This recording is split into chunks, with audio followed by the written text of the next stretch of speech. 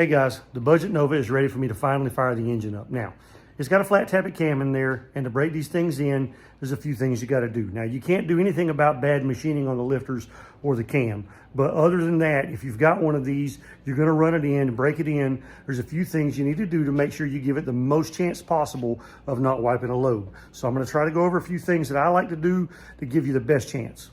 All right, so the very first thing, make sure that your timing is set really close, and that's going to give you the best chance to start up right away. What I like to do is, a lot of people will set their timing. They'll get it up on number 1. They'll put their finger in the spark plug hole on number 1, and they'll spin it over till it puffs out. Well, sometimes on the exhaust stroke, it can blow a little air out. It's not like the compression stroke, but it's, if you've never done this before, it could be confusing. So what I like to do, I pull the valve cover off. I watch my intake valve, which is the second rocker arm in, and I spin the motor over until that intake valve opens and closes, and then I set my timing mark on 0. Now, you have to verify that your timing mark is actually right with top dead center while you're putting your motor together, but that's a different situation. Or at least, find a way to do that even if you haven't had the motor apart. Now, once I get that there, I'll advance it, or I'll get that on 0. I go ahead and drop my distributor in, make sure I know where number 1 is. I will turn my oil pump shaft so that I can put my rotor where I want it. This is my number 1 spark plug right here. All right, so what I do is I get this, make sure it's on my number 1 on my rotor, and then I advance it a little bit. That should get me close enough to get it started for the very first time. Now, of course, you want to check and recheck your firing order, make sure that you've got all the wires where they're supposed to go, make sure your plugs are clean, new, gapped, everything like that is correct. Make sure that you've got ignition to your coil, all that stuff before you actually try to fire it.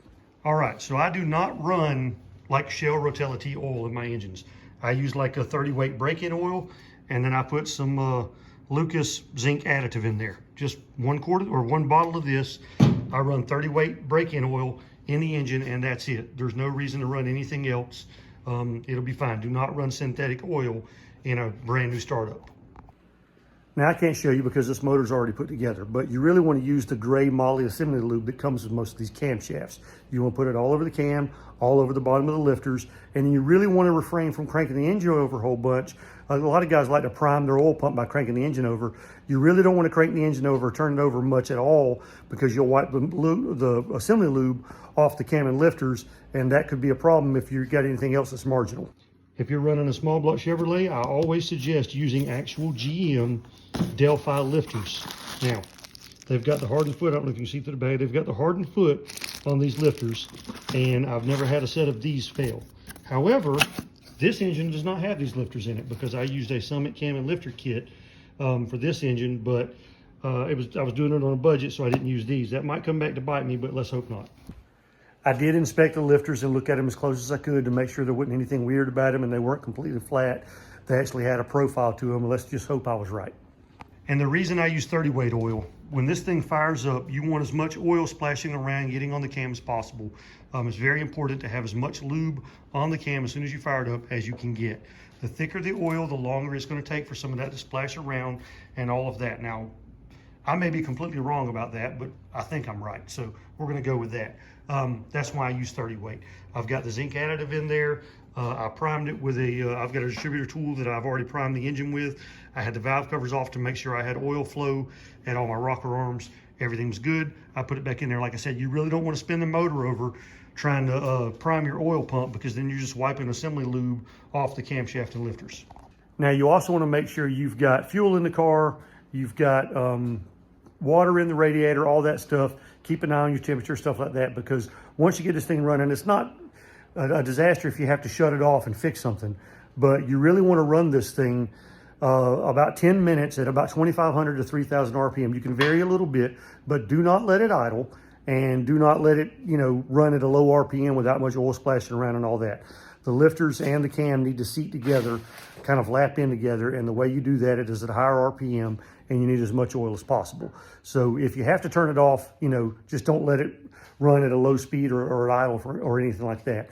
You want this thing to run at 2,500 to 3,000 RPM for about 10 minutes, get up to temperature, make sure you're not overheating or any of that stuff, make sure you've still got the good oil pressure, and then you shut it off.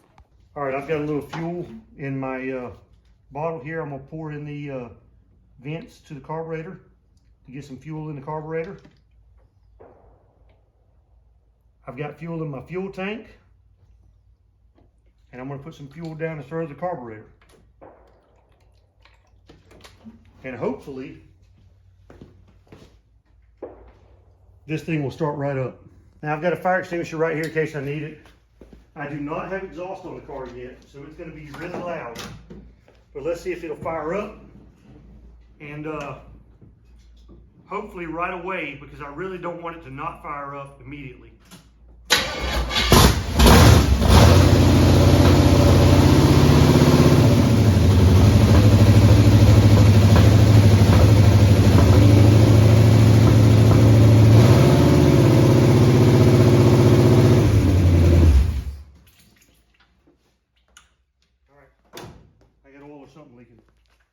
Okay, so it ran good, but apparently I didn't tighten up my lines going through the radiator transmission cooler. So I've got transmission fluid all over the ground now. That's wonderful. But at least I know the transmission that I built, the pump is working, right?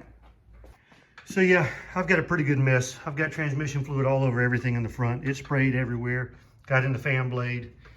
So I'm gonna clean all this up and we'll start it up again. Okay, so I tightened up my transmission cooler lines, added a little bit of water to it because it was a little bit low. And now we're going to crank it up again. Now I really need to open up my doors and then let some air circulate through here. But before I do that, I'm not going to show the whole run-in on video just because it's obnoxiously loud and there's not a whole lot to it. You won't be able to hear anything I'm saying. So really you need to crank one of these things up, a new motor especially, with exhaust on it so you can hear if it's making any death noises. Now, I'm just going to take my chances because I don't have any exhaust to put on this thing at the moment. But we're going to crank it up. I'm going to run it in.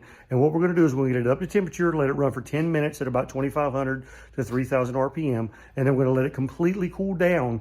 And then we're going to do the same thing again. And that way you heat cycle the engine twice, get the cam broken in. I might do it 3 times just to be sure. And, you know, hopefully we'll be all right. All right, let's crank it up and make sure my transmission fluid leak is stopped. And then I'll open up my plastic out of the way and get some air circulating in here.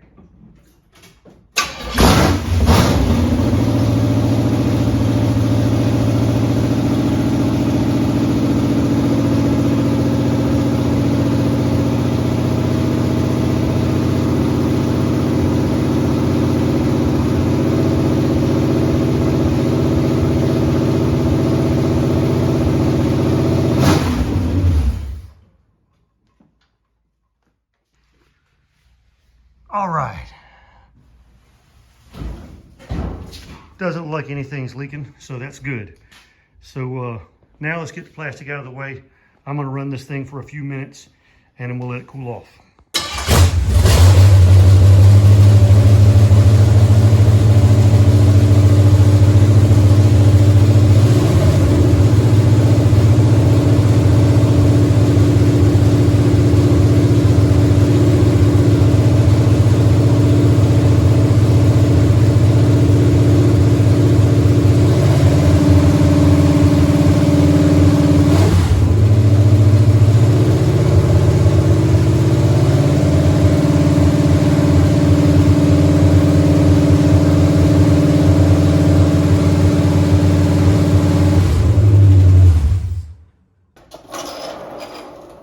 So we got the first round of break-in done. This thing ran for about 12 minutes at 2,500 to 3,000 RPM. Oil pressure's good, sounds okay, it's just really loud. So I'm probably gonna throw some exhaust on it before I do the next round because it's giving me a headache. I did get my doors open or my plastic up so I get some air through here and not suffocate. Now, a few things that I've got going for me as far as this cam that I'm really not worried too much about a lifter or lobe wiping. And a lot of that is, number one, that's if the camshaft and lifters are machined properly, because there's nothing you can do about that. Like I said, if it's improperly machined, no amount of break-in procedure or additives in the world is going to make it better, and you will have a failure. Aside from that, there's a few things you have to make sure you've got, or you do, that will increase your chances of not having a failure. And that is make sure you've got the correct valve springs. Make sure if you're changing the valve springs yourself, you know how to set the pressure on the valve spring and adjust the height. You don't have any coil bind, all that stuff, because that will ruin your lifter and cam in a very, very small amount of time.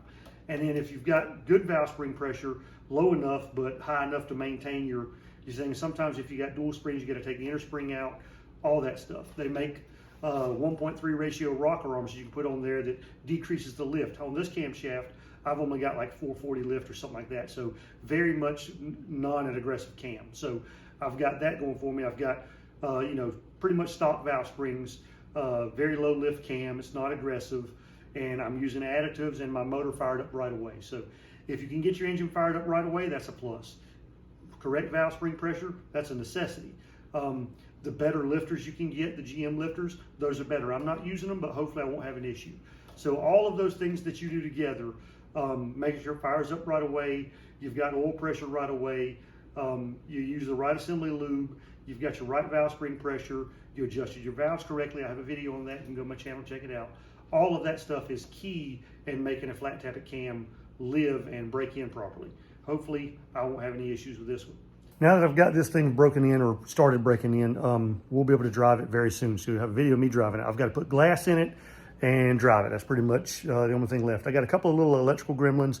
I still got to work out with some dash lights and stuff like that. Make sure I don't have any more transmission fluid leaks or oil leaks. Under the car, everything looks pretty good. But I'd like to know this thing goes in gear. So I'm gonna, after I get the cam broken in, I'm gonna put it up on jack stands, run it through the gears, check my transmission fluid, and make sure all that will work. And we'll see you next time.